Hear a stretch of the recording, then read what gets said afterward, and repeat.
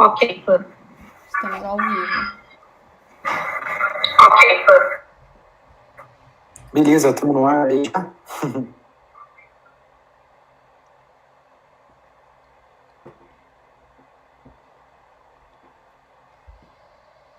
Pessoal, estão conseguindo me ouvir? Ouvindo bem. Beleza.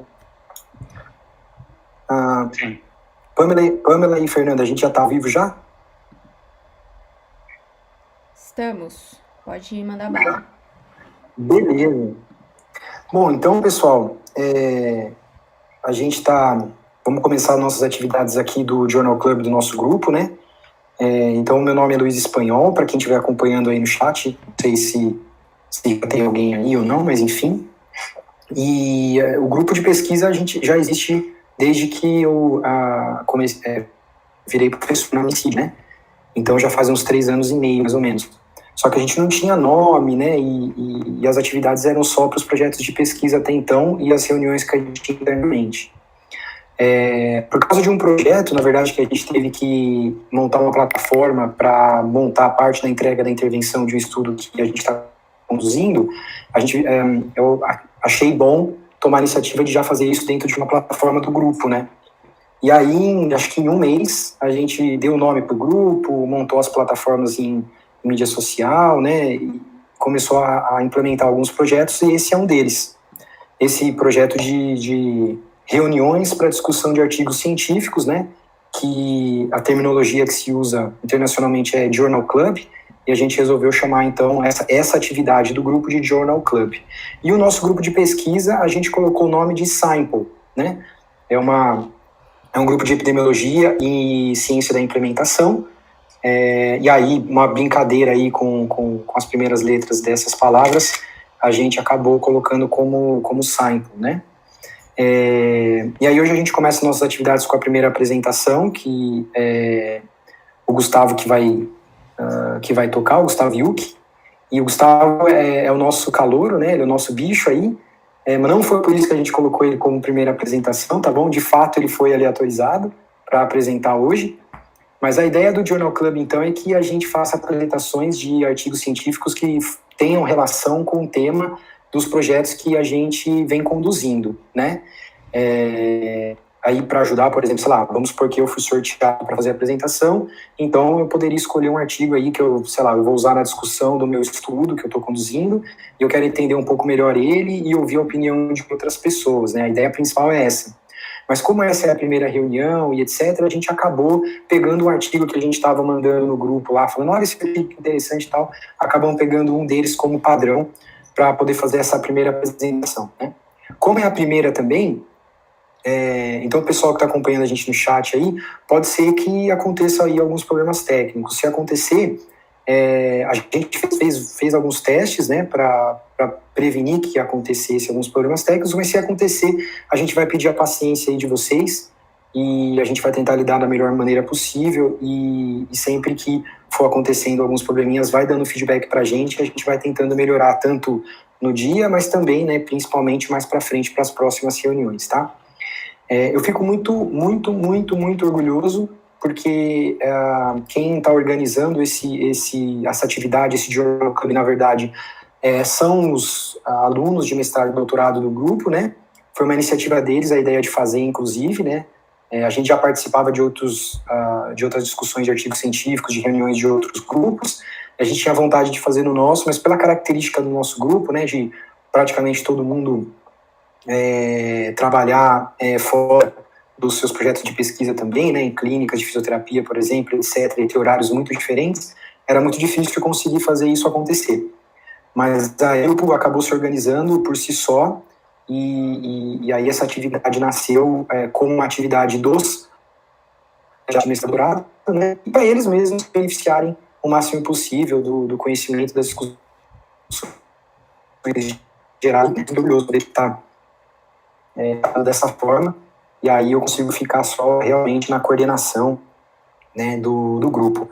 Boa noite aí, pessoal que está entrando agora, estou vendo que tem gente que está entrando e falando boa noite, né, e então eu vou passar a palavra agora, acho que para a Fernanda, que vai fazer uma breve apresentação aí, e depois a gente começa com a apresentação do Gustavo, propriamente dito.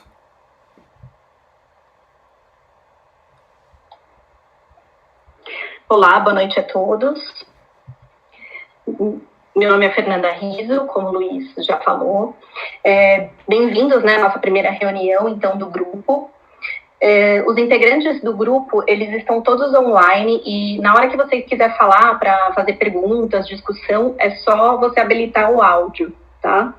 E para o pessoal que está no chat, só pode colocar as perguntas também e dúvidas que ao final da apresentação eu também vou colocar em discussão, tá? O Gustavo vai ter 30 minutos para fazer, até 30 minutos para fazer a apresentação e depois a gente faz a discussão, beleza? É com você agora, Gu.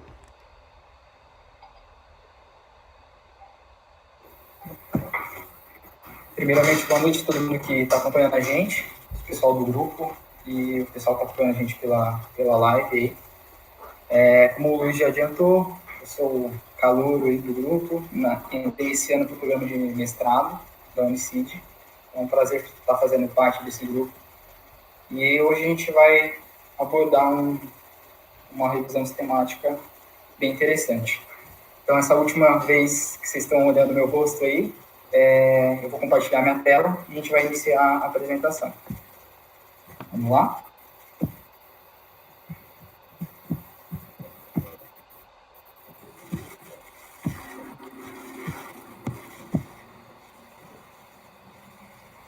Então, só como o Luiz falou, o nosso grupo não tinha nome, tinha algum tempo já, mas não tinha nenhum nome. E aí, com o nome, Sample, veio também o nosso logo. Então, eu apresento para vocês o nosso logotipo, o logo do nosso grupo, tá bom? Então, estejam familiarizados com ele, que nas próximas apresentações, nas próximas discussões, ele vai estar presente. Vamos começar? Então, o artigo que a gente vai abordar hoje, ele foi publicado este ano, 2020, no American Journal of Sports Medicine. Então, é um artigo bem recente. E o título dele, vamos traduzir para o português, seria o conceito de diversificação esportiva versus especialização esportiva na prevenção de jovens de lesões de jovens atletas. Uma revisão sistemática com meta-análise.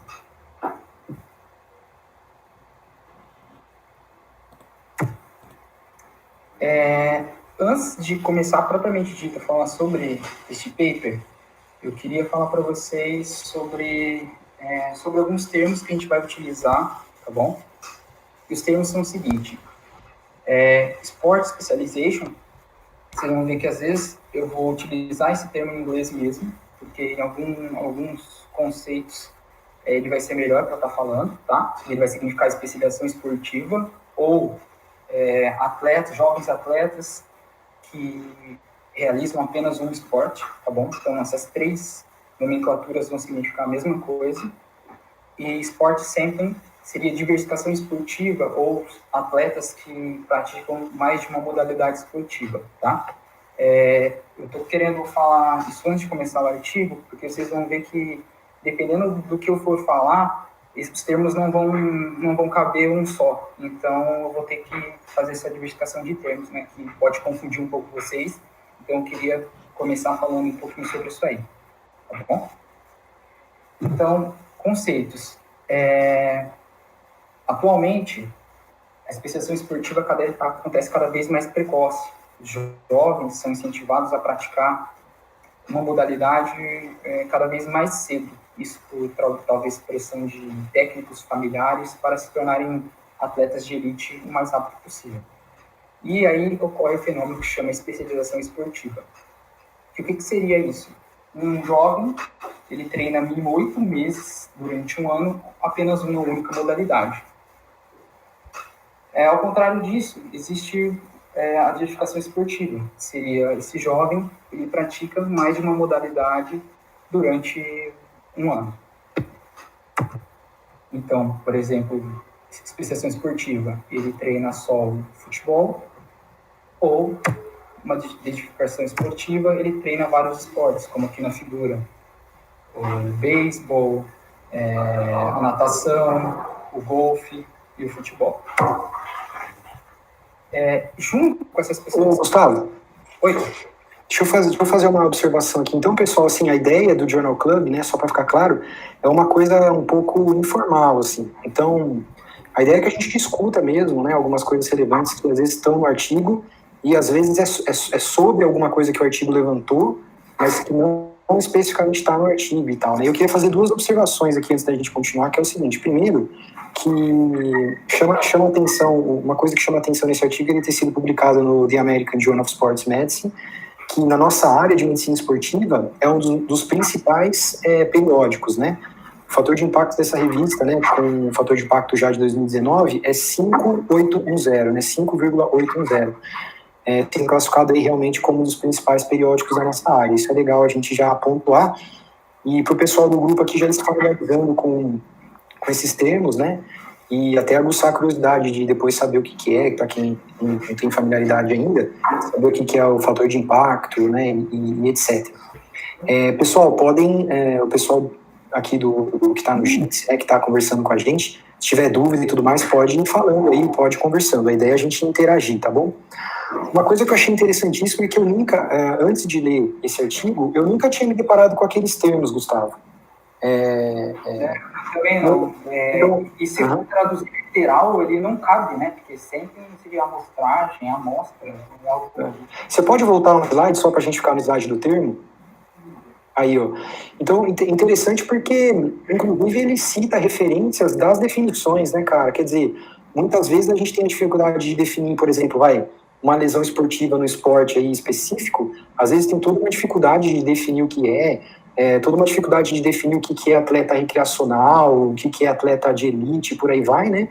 E aí me deparei com esses termos aqui e falei, caramba, eu nunca tinha ouvido falar dos termos, e o pior, né, cara, os termos já são definidos e tem muita literatura. Então eu acredito que alguma área envolvida com ciência do esporte, mas que não a medicina do esporte, deve estar utilizando bastante esses termos, né? E talvez até a psicologia, não sei direito de onde que vem a maioria dos artigos que usam. Mas isso foi a primeira coisa que me chamou a atenção. Então, para o pessoal do grupo aí que pode se deparar com, às vezes, precisar definir uma população específica para o estudo, isso aqui pode ajudar, né?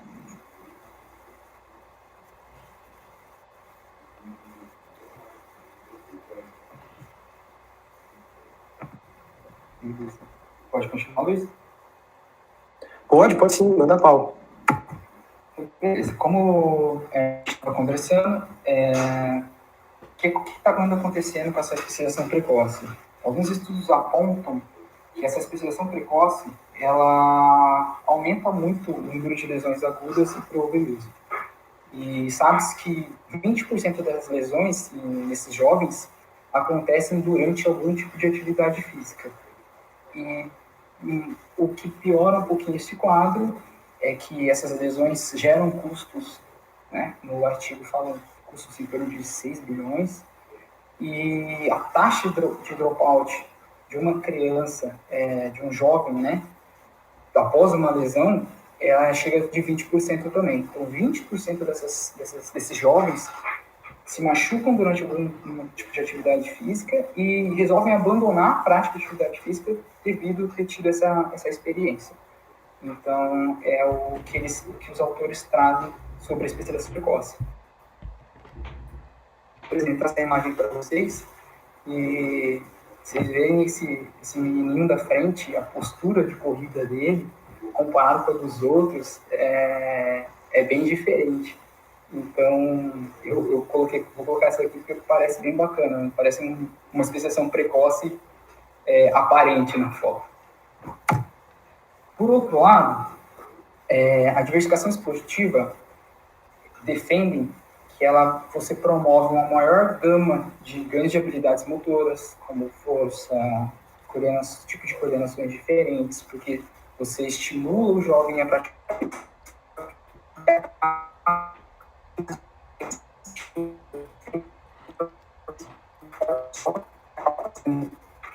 muitos movimentos, né? E isso acaba sobrecarregando. Então, uma diversificação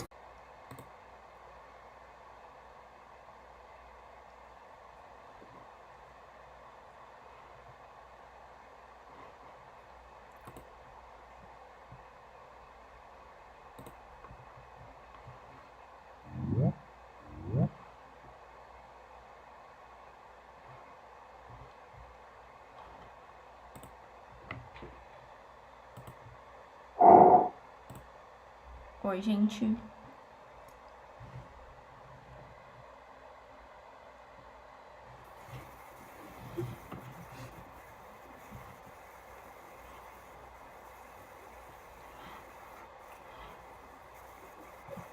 Travou no YouTube. É, porque Agora caiu voltou, aqui. agora voltou. Agora voltou. Gu, você pode voltar um pouquinho a apresentação? Vou voltar aqui Aí. no slide de explicação, né? Isso mesmo, perfeito. Tá. Deu um probleminha aqui, gente, nossa conexão, a gente vai voltar um pouquinho a explicação, tá? Como eu estava dizendo, por um lado, que a especialização esportiva traz malefícios, traz mais lesões, por outro lado, defende a diversificação esportiva. E ela, por que defende, se a literatura defende? Porque a diversificação esportiva, você cria uma maior gama de habilidades motoras desses jovens, e então você pode ter maior ganho de força, coordenação, por você praticar várias modalidades, tá? E isso vai gerar menos movimentos repetitivos, que pode ser um potencial fator da lesões aí, tá bom? Só que apesar das preocupações de várias entidades esportivas e médicas em relação aos benefícios da prática de diferentes modalidades esportivas, existe pouca evidência quantitativa dos dados. Então, essa foi a justificativa apresentada pelos autores desse paper. Assim, o objetivo desse paper é realizar uma revisão sistemática da literatura para determinar se a diversificação esportiva diminui o risco de lesões comparado com especializações esportivas em jovens. Para realizar esse estudo... Ô, Gustavo. Oi? Deixa eu fazer um outro comentário aqui. Bom, de novo, a ideia do Journal Club é ajudar nós do grupo também a escrevermos melhor nossos artigos e por aí vai. Então, olha que interessante, né? A revista é uma das principais da nossa área. E aí a introdução, ela vem uma introdução que ela é relativamente curta, né? Ela é enxuta, mas direto ao ponto, né?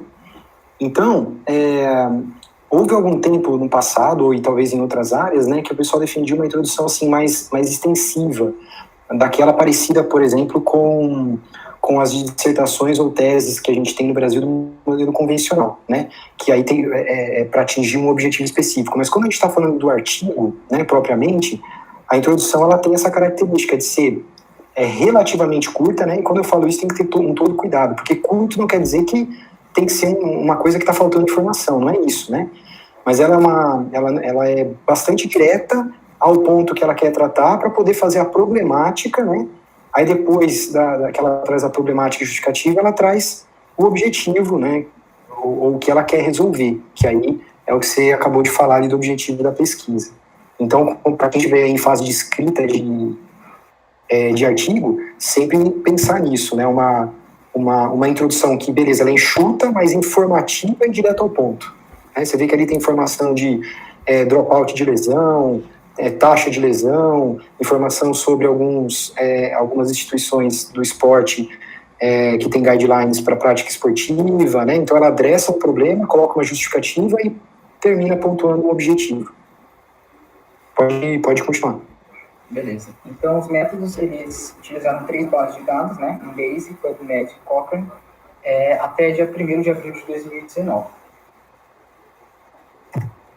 E a busca foram realizadas com os seguintes termos: Sport Sampling, Sport Specialization, Adolescent Injury, Adolescent Musculoskeletal Injury, Adolescent Overuse Injury. Selecionaram apenas papers escritos na língua inglesa, jovens atletas de 7 a 18 anos de idade, e os artigos tinham que ter a taxa de lesão descrita e se eram definidos como sample ou specialized, ou que fariam apenas uma modalidade esportiva ou várias. Artigos que não se enquadraram nisso foram excluídos do estudo. Extração de dados foi feita. Extraíram dados de idade, sexo, modalidade praticada, specialization ou sampling, tipo de lesão reportada e a prevalência de lesão.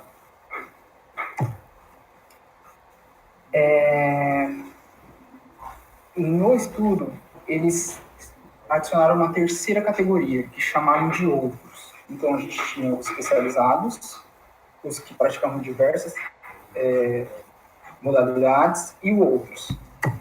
O que seriam outros? Que não se encaixavam em nem especializados e nem em sempre. Como que os estudos abordaram isso? Alguns estudos eram autorreportados. Então, o jovem falava, eu sou especialista. Não, pratico diversas modalidades, segundo aquelas definições. Mas tinha alguns que não entravam nesse perfil. E esse perfil outros, existe uma escala de 3 pontos.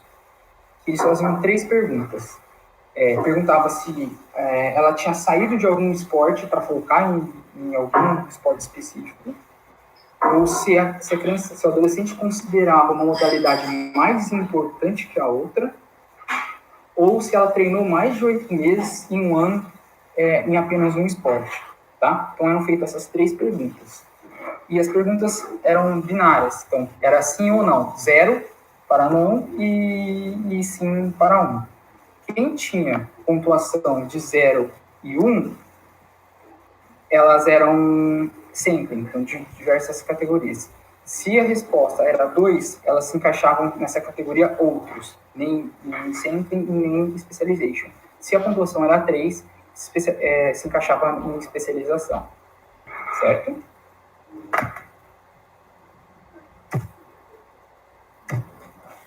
E o critério de qualidade dos artigos foi feito a partir do Downs-Black Checklist. Síntese dos dados. Foi feito risco relativo. Gustavo? Oi. Só um minuto. O Rafael, ele acabou de colocar aqui a primeira pessoa que descreveu o termo... A primeira pessoa que escreveu o termo Sport Sampling, que foi o Dr. Jean Coté, acho que fala assim. Ele colocou a referência aqui. E realmente o jornal é de psicologia. Então, acredito que esses termos aí têm sido utilizados talvez nessa área, né, mais da psicologia, e agora estão vindo mais para a área de medicina esportiva, o que me agrada, né, porque como a gente tem uma linha de pesquisa em comportamento e tudo mais, pode ser que daqui a pouco a gente tenha que começar a utilizar esses termos para definir as nossas populações também. Valeu aí, Rafael, pela dica. Pode continuar, Gustavo. Ô Luiz, eu tenho uma pergunta aqui, acho que é mais para você.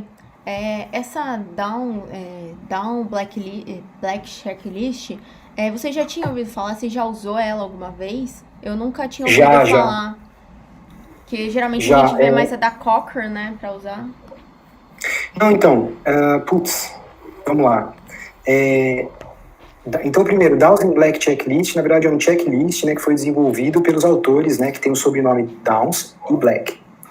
E eles propuseram um instrumento para avaliação do risco de viés de estudos observacionais, tá?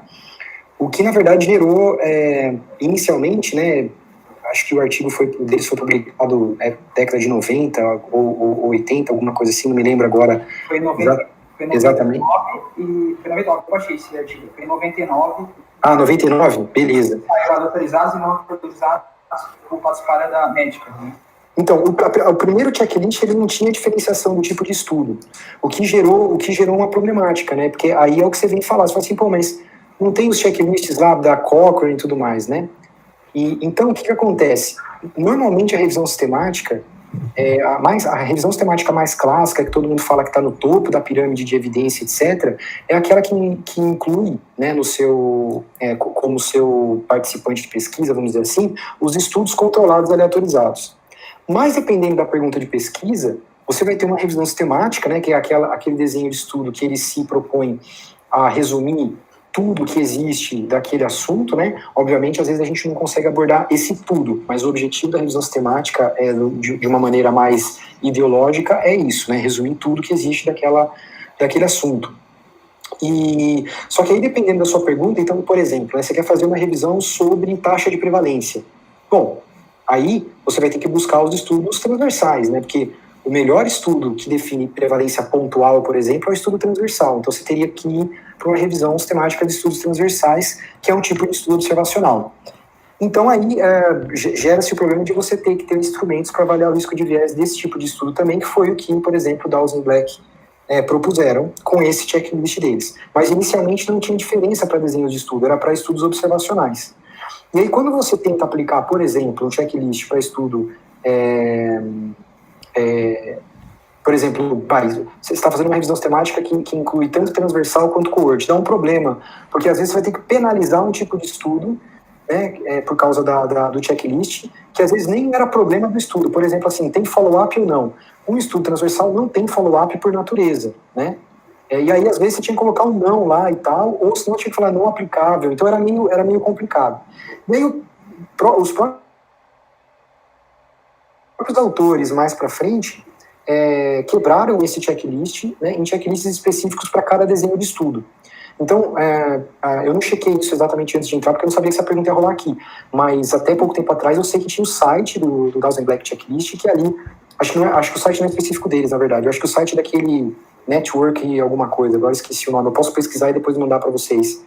Mas é onde eles colocam todos os guidelines e checklists e tudo mais, né? E agora tem o Dawes & Black Checklist para cada desenho de estudo observacional. Então, você tem o transversal, você vai usar uma versão. Você tem o longitudinal, você tem o transversal, você vai usar uma versão. Você tem o longitudinal, algum ligou o microfone. Isso, obrigado. Então, pessoal, então, dependendo do tipo de estudo que você vai incluir na sua revisão sistemática, ele vai te direcionar, né, ele vai ser dependente da tua escolha do checklist. Então, Pamela, respondendo a sua pergunta, como ele tinha vários desenhos de estudo aqui, e pelo que eu estou entendendo, né, a maioria deles não foi estudo controlado aleatorizado, talvez ele tenha escolhido o Dawes & Black Checklist por causa disso. Mas, quando a gente for para aquela revisão sistemática que a gente vê que só inclui estudo controlado aleatorizado, etc., aí a gente vai encontrar outras ferramentas, como a ferramenta da Cochrane, como a ferramenta da Pedro, e etc. Respondi a tua pergunta? Respondeu, obrigada. Nada. Agora, o interessante, você puxou um ponto interessante de discussão aqui também, que é o seguinte, você viu que, pelo que eu vi aqui, né, me corrija se eu estou errado, quem tiver essa informação, mas pelo que eu vi aqui, ele não tinha como critério de elegibilidade tipo de estudo, o que me leva a crer que talvez qualquer desenho ele considerou para incluir, né, nessa revisão. Como o Dawes & Black Checklist é um checklist mais abrangente, então talvez a decisão dele por utilizar o Dawes & Black Checklist tenha vindo daí, entendeu? Entendi, obrigada. Luiz, só uma colocação, eu acho que o site que você mencionou é o Equator, né? Equator Network. Isso, exatamente, não estava lembrando não, é esse mesmo, Equator Network. Eu acho que é lá que tem essa divisão do Dawes & Black também, e aí para quem quiser ou precisar, talvez dá uma pesquisadinha lá que vai encontrar.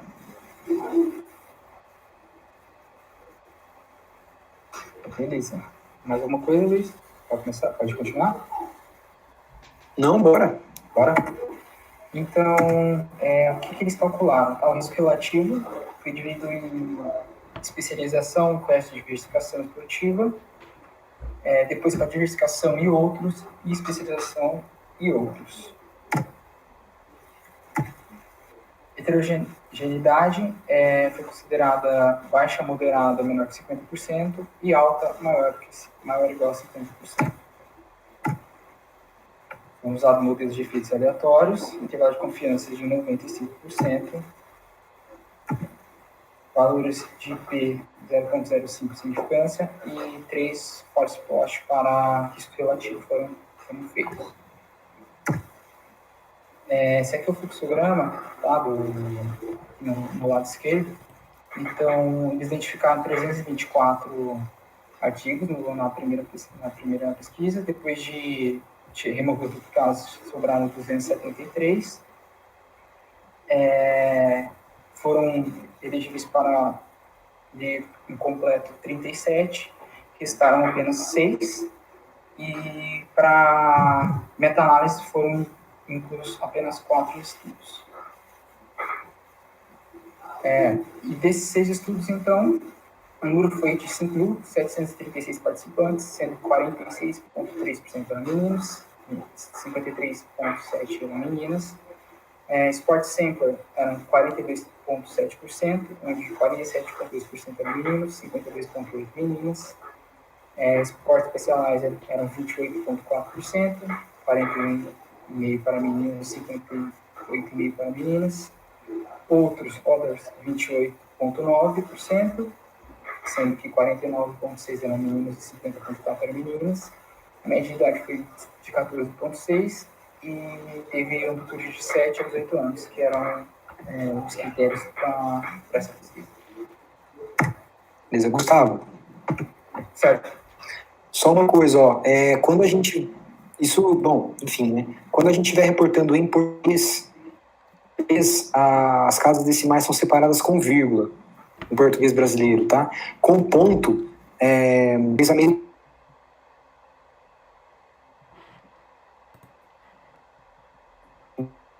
Quando a gente traduz e traz para o português, então vamos supor que você vai apresentar isso no congresso. Isso vale para todo mundo, tá, pessoal? Vocês vão apresentar isso no congresso e vocês traduziram o texto e os termos para português. Não esqueçam de mudar o ponto para vírgula, tá bom? E mesma coisa quando vocês estiverem construindo as tabelas dos artigos de vocês. Então vamos supor que vocês fizeram primeiro em português e depois vão traduzir para o inglês. Então se você fez em português, você colocou vírgula. Mas lembra que na hora de traduzir para o inglês tem que mudar para ponto, tá bom? Fechado. Então aqui já falamos os resultados, tá? Todos os 6 estudos reportados, eles apresentaram a maior taxa de lesão para especialização comparado com samplers, tá? Eu vou só reportei a tabela aqui dos estudos para a gente situar o que esses estudos que foram incluídos, o que eles pesquisaram, tá? Que eles abordaram. Então, o primeiro estudo, eles abordaram lesões apenas de overuse gerais em quadril, joelho, comparando especialização e diversificação.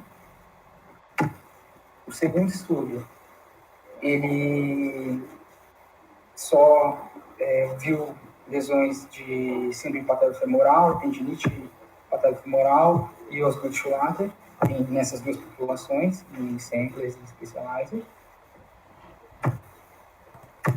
O terceiro estudo, ele viu lesões gerais e overuse também, entre essas duas categorias. De colaboradores, examinou apenas lesões em membros inferiores, diferença desses dois grupos. Um outro estudo verificou lesões gerais e overuse também, tanto em membros superiores e membros inferiores. E de colaboradores, número total de lesões também nesses dois grupos. Lembrando, esses 6 estudos, eles reportaram maior taxa de lesão nos especialistas, né, especialistas, em relação aos samplers que praticavam mais de uma modalidade. Então, eu só abordei para vocês aqui o que eles observaram em cada estudo, mas o resultado foi igual em todos, tá? Então, sempre os especialistas, de apenas uma modalidade, tiveram uma taxa maior de lesão.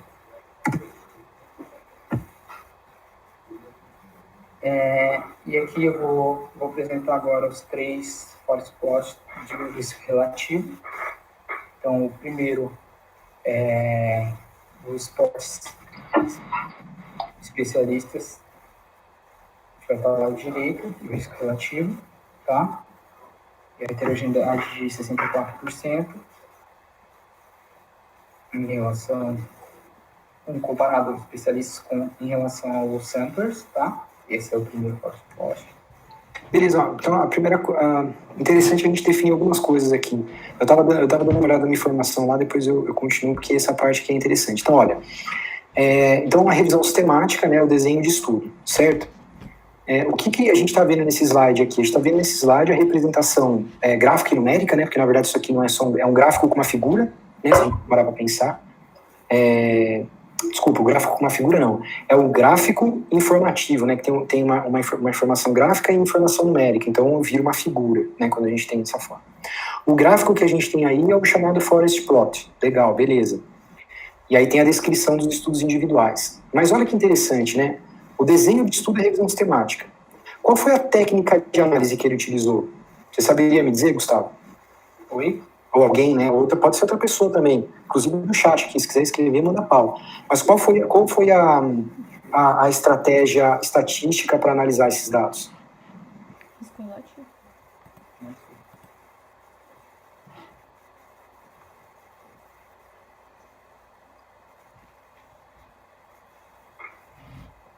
E aí, alguém arrisca? Ele fez uma meta-análise, não foi isso? Exatamente, fez uma meta-análise. Então, assim, eu vou dar o meu ponto de vista, né? Revisão sistemática é um desenho de estudo. E meta-análise é como você analisa o dado, né? É uma técnica estatística. Então, você pode ter revisão sistemática com ou sem meta-análise, apesar de que sempre que você for fazer uma revisão sistemática, você, em tese, né, salvo raras exceções, você deveria ter um objetivo de fazer uma análise. E não fazer isso só se não der. É porque pode acontecer que não dá para fazer uma meta-análise porque tem pouco estudo e por aí vai. Tem algumas diretrizes que dizem que, por exemplo, para você poder fazer uma meta-análise, você tem que ter pelo menos 10 estudos individuais incluídos na sua revisão, que não é o caso nem desse estudo, por exemplo, né? Mas, enfim, a ideia é que você pode até não conseguir fazer uma meta-análise, mas quando você montou a revisão sistemática, você deveria ter o objetivo de analisar isso numericamente como uma revisão sistemática, salvo, né, raras exceções aí, como, por exemplo, sei lá, revisões de estudos qualitativos, talvez, ou algumas outras exceções, mas na grande maioria seria isso. Então, mas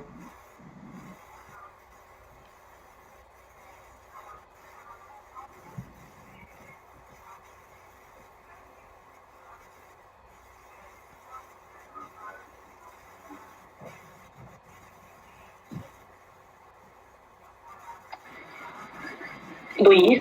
Oi, pessoal, eu caí, tá todo mundo me ouvindo? Agora sim. Tá, eu tô no porque ele tá com a memória esgotada, então, enfim, aconteceu. Mas, enfim, vamos lá. Então, você pode ter uma revisão sistemática que tem meta-análise,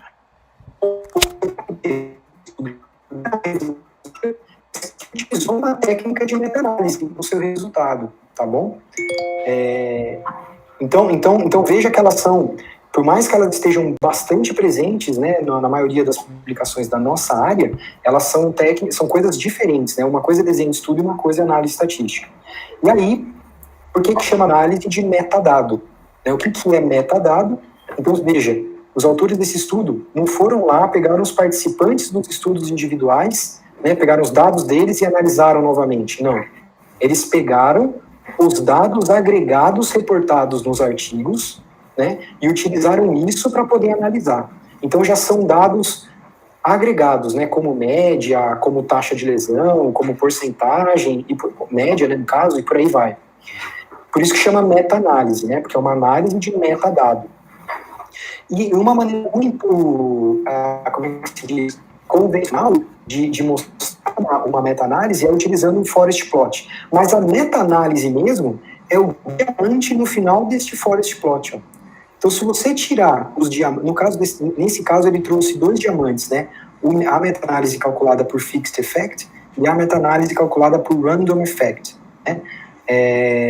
Daqui a pouco eu posso falar um pouco sobre ela, mas a questão agora é o seguinte: esses diamantes são as meta-análises. Se a gente tirar os diamantes deste gráfico, a gente tem os resultados individuais, que aqui nesse gráfico estão sendo mostrados por essas linhas pretas, que mostram a incerteza, o pontinho preto, ou a linha preta aí no meio, que mostra a estimativa média, né? Cinza mostra o peso que esse estudo teve na meta-análise. Então, o primeiro estudo ali, ele é uma linha preta bem grande, e você não consegue ver o quadradinho cinza. Por quê? Porque por ter uma incerteza muito grande, ele teve pouco peso na meta-análise. Então, a meta-análise, ela faz isso, ela é uma média ponderada, e ela pondera pelo tamanho da incerteza do estudo. Então, se o estudo tem uma incerteza muito grande, vai contar menos na meta-análise. Mas dá uma olhada no último estudo do Post aí, et al. Você vê que a incerteza dele é tão pequena que está dentro do próprio quadradinho cinza e teve que ficar de cor branca aqui para você poder conseguir ver, né? E mostra por exemplo, a linha que está em cima dele ali. Isso mostra que esse estudo teve uma incerteza bem pequena, então ele teve um maior peso na meta-análise, ele contou mais na meta-análise, tá bom? Então ele tem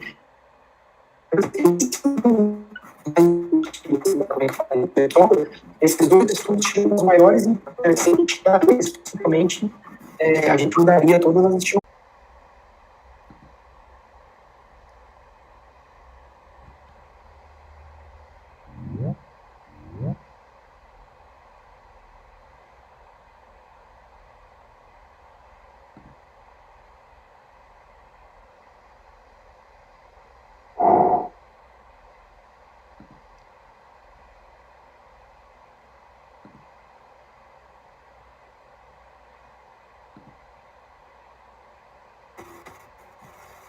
Oi, pessoal, voltei aqui.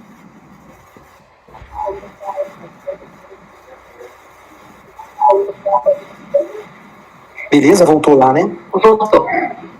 Tá. Então, veja, como tem 4 estudos incluídos nessa meta-análise, e 2 deles, né, então metade, tem uma incerteza considerável, faz sentido, quando a gente considera mais essas incertezas, né, que o diamante seja um pouquinho mais gordo, e foi o que aconteceu aqui nesse caso. Por recomendação, por diretriz, pessoal, quem estiver fazendo revisão sistemática e for conduzir uma meta-análise, a recomendação, na verdade, é que você sempre faça random effect. Porque no pior cenário, vamos dizer assim, né, ele vai dar igual ao fixed effect.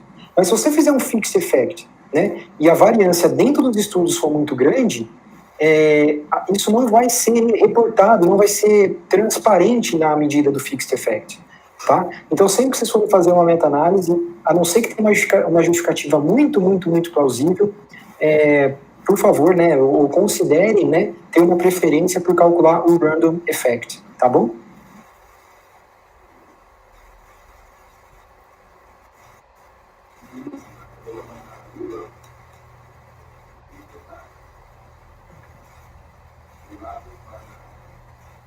Pode falar, Gustavo. Continuar? Tá. Então, igual o Luiz falou, vocês observem o diamante aqui no final do forest plot da meta-análise, que os esportes especialized tiveram uma taxa de lesão maior do que comparados com os esportes simples.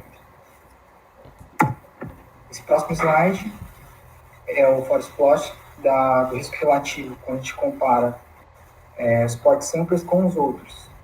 E a gente vê também, aqui do lado direito, que outros tiveram mais lesões, tiveram um risco relativo maior em relação aos esportes simples. Esse terceiro forest plot é o risco relativo quando a gente compara outros com esportes especializados. E a gente vê que o esporte especializado foi maior, diamante aqui embaixo, risco relativo foi aumentado em relação aos outros.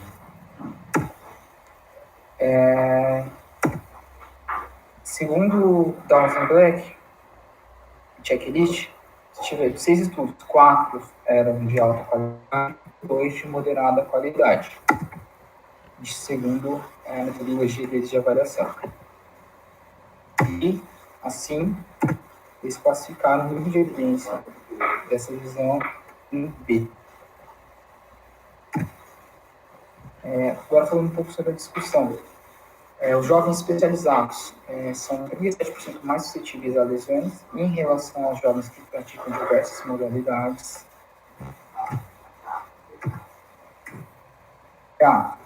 Os outros, que é a terceira categoria, não se enquadravam nem em especializados nem que praticam mais de uma modalidade, são 21% mais suscetíveis a lesões em relação aos jovens que praticam diversas modalidades. Já os jovens especializados foram 9% mais suscetíveis a lesões em relação aos outros.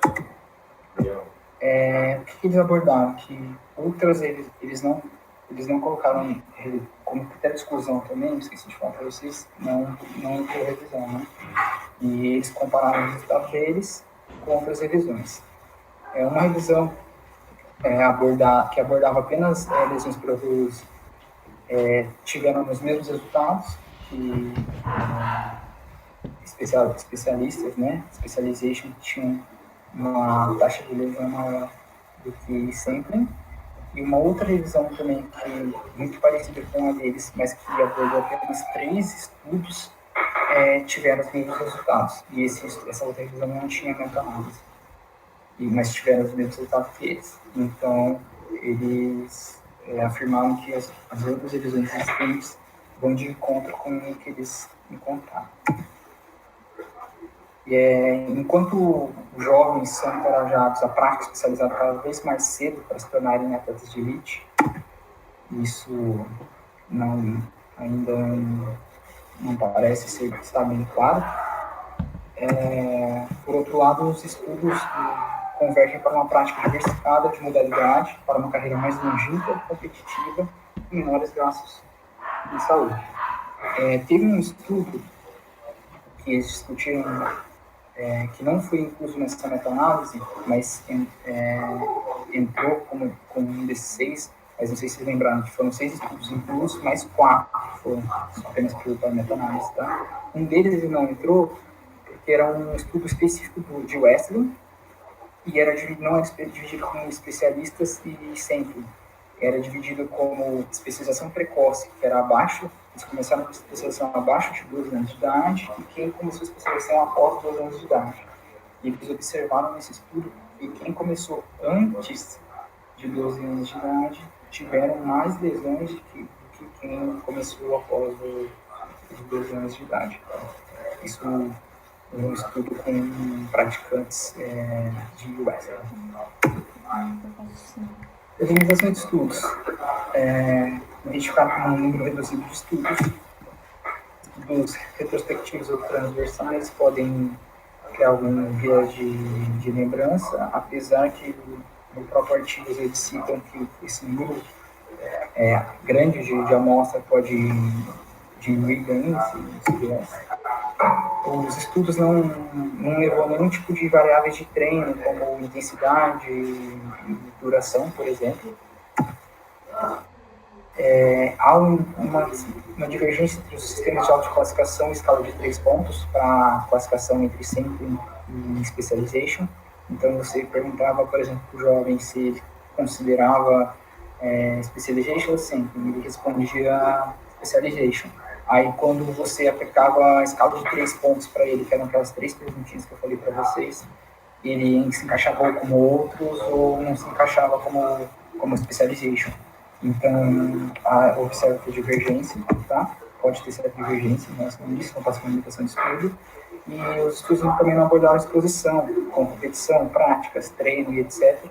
E alguns estudos apresentam que as lesões acontecem mais, por exemplo, em jogos, competições, do que em treinamento. E provavelmente isso pode ser um fator de confusão, pois quem se especializou mais cedo talvez esteja mais exposto a esse tipo de prática.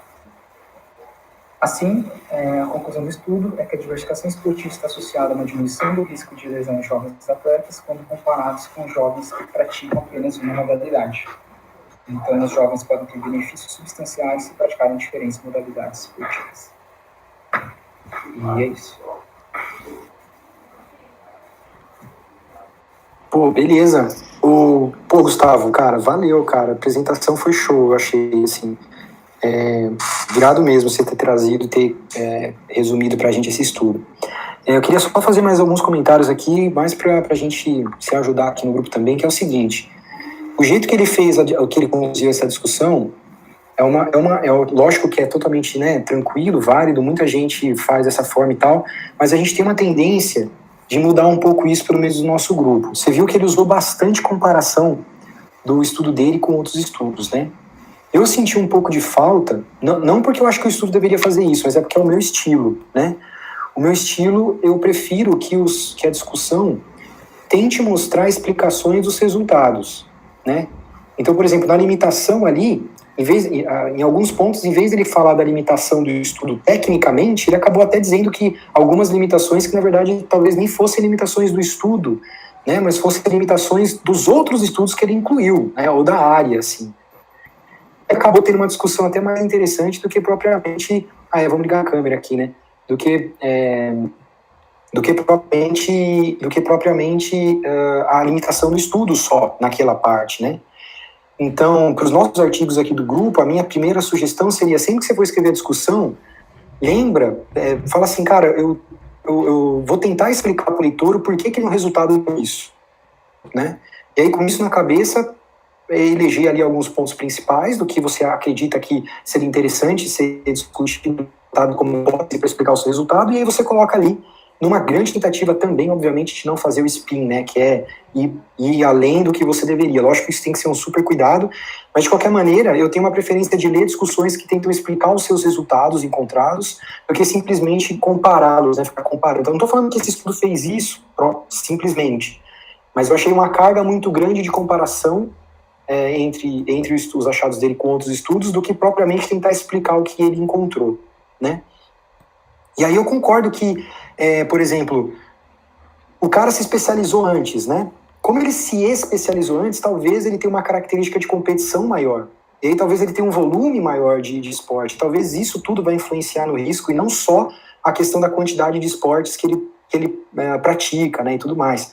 Então essa limitação da exposição ao esporte eu acho realmente bastante relevante e importante, né? Ô, pessoal, liga a câmera aí, bicho. Tô vendo aqui se tá a câmera tudo desligada, deixa o pessoal conhecer vocês, pô. Não, tô brincando, quem quiser, obviamente, tá, pessoal? É uma brincadeira. Lembrando que a ideia é que isso aqui seja uma discussão mais do que técnica, formal e etc, né? Eu adorei. A câmera já meteu um violão lá atrás e tal. Só mantém o microfone desligado, galera.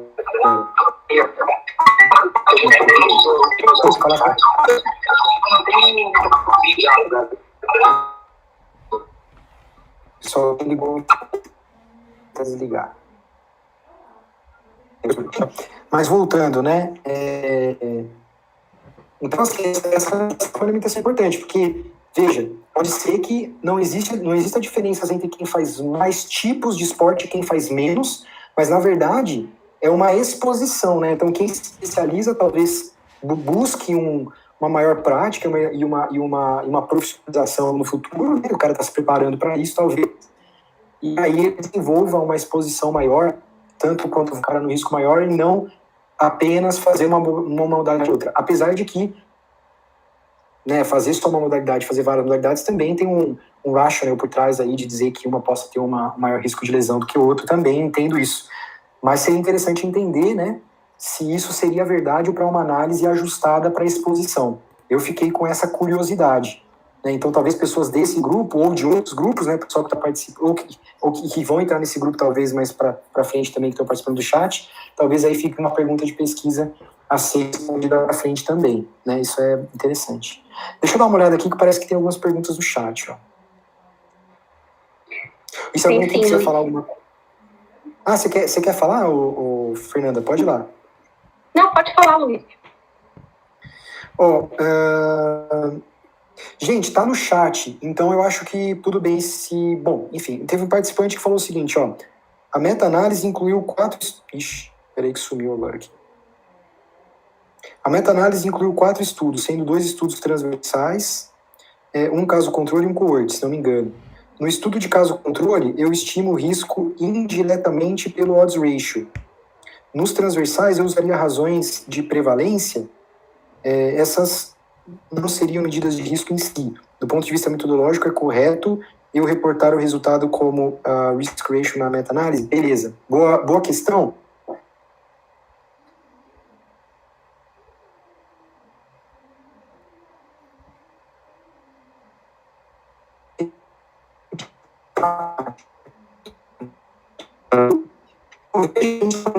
Matemática e existe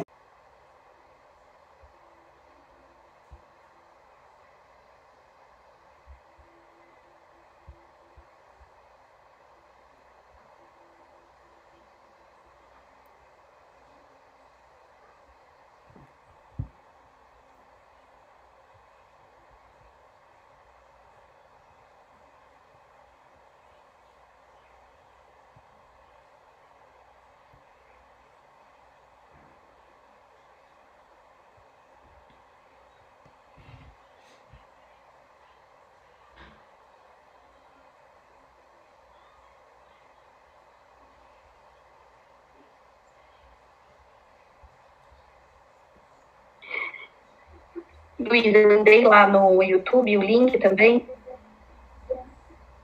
Eu mandei no YouTube, no chat. Tá. Era isso que era pra fazer, não era? Isso, tem pessoas assistindo lá. Mas parece que 6, voltou né? aqui, ó. Eu entrei eu tô aqui acompanhando, então eu sou um dos 6, mas eu não tá aparecendo link nenhum aqui. Não? Parece que voltou lá a Parece que transmissão. voltou, Voltou. Voltou, aí.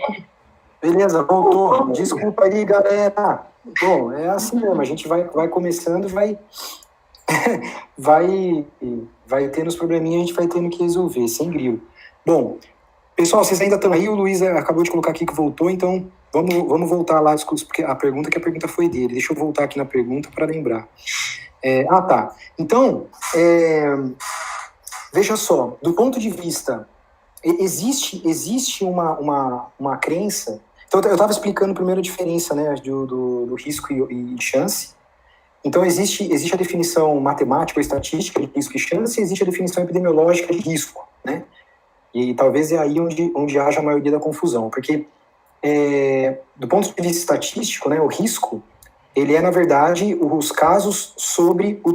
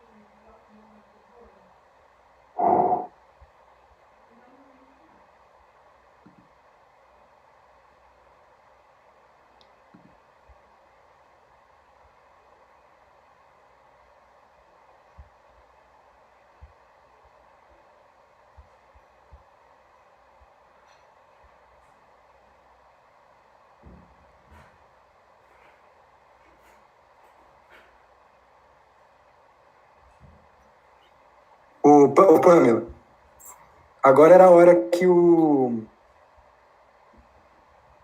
Telegram funcionaria, hein? Puta, verdade. Agora eu acho que parece que voltou, mas aqui tá difícil hoje. Eu tentei mandar o link da transmissão aqui no Jitsi, mas eu não sei se foi. Tá com algum problema no chat aqui. Mas ia ajudar, né? Pois é. Mas a gente vê primeira vez, não tem nenhum montado ainda, então fica difícil.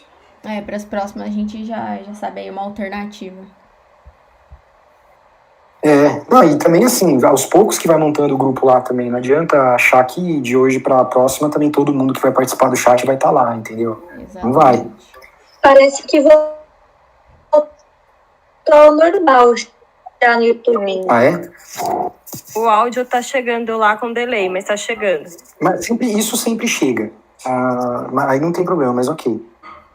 Parece que voltou. Voltou, sim. Beleza. Chegando o áudio com delay, mas tá chegando.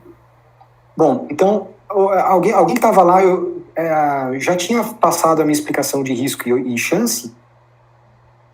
Na hora que você começou a falar, não deu pra pegar. Tá, porque eu acho que tá travando de novo. Quem puder mandar Tá aparecendo lá, ali o sinalzinho de... lá no chat já o link daqui do Jitsi, eu acho melhor, porque parece que tá meio ruim aqui. Eu mandei 2 vezes. Não voltou direito, não. Então, o lance é que eu mandei 2 vezes. Mas pelo do... Não sei porque não... Do WhatsApp? Estão falando que não tá aparecendo.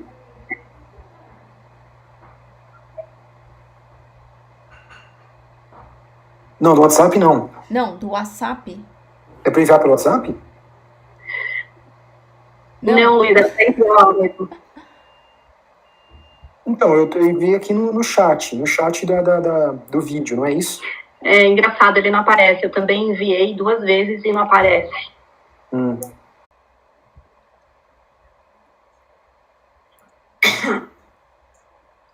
Acho que agora o pessoal tá aqui, hein?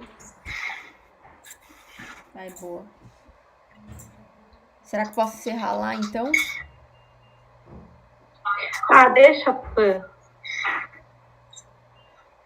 Beleza. Bom, mensagem lá, a pessoa entrar aqui. Aí vamos ver. Vamos ver lá, ó. Deixa eu fazer um teste aqui, ó. Luiz, que fez a pergunta, tá aí?